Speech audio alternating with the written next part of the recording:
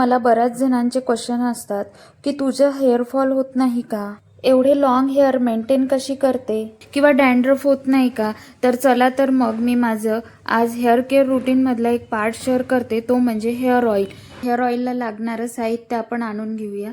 हे आहे कडुनिंबाचे पानं, त्यानंतर जास्वंदीचे पानं, फुलं पण ॲड करू शकता पण आता ते अवेलेबल नाही आहे माझ्याकडे. हे ॲलोवेरा. सर्व याला छान असं धुवून घ्यायचं कारण ते बाहेर असं डस्ट राहते ना. स्वच्छ धुवून घेऊन मी एका प्लेटमध्ये साहित्य असं काढून घेतलेलं आहे. त्यामध्ये हे मस्टर्ड ऑइल आहे, पॅराशूट ऑइल आहे आणि आपण आणलेलं साहित्य, त्यामध्ये कढीपत्ता ॲड केला आणि कांदा. त्यानंतर एका बाउलमध्ये कलोंजी, मेथी सीड्स आणि फ्लेक्स सीड्स, मी पावडर घेतलेला आहे, तुम्ही सीड्स पण घेऊ शकता.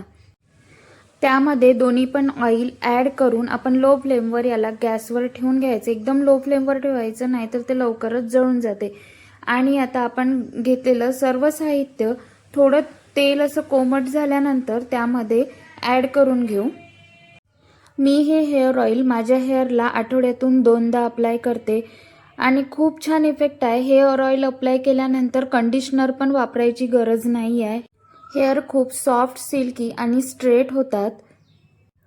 तर तुम्ही पण हे हेअर ऑइल आजच बनवून यूज करून बघा आणि मला नक्की कमेंट करून सांगा की इफेक्ट काय आहे. लवकरच इफेक्ट जाणवते. या हेअर ऑइलचा रिझल्ट फक्त 15 दिवसांमध्ये जाणवते आणि याला खर्च पण काहीच नाही. अगदी घरी असलेल्या साहित्यामध्ये हे हेअर ऑइल बनते. तर बघा, हे अशा प्रकारे इथे मी हे हेअर ऑइल रेडी करून घेतलेलं आहे. जेव्हा ब्लॅक होऊन जाते पूर्ण पत्ते ते हेअर ऑइल, तेव्हा रेडी होते.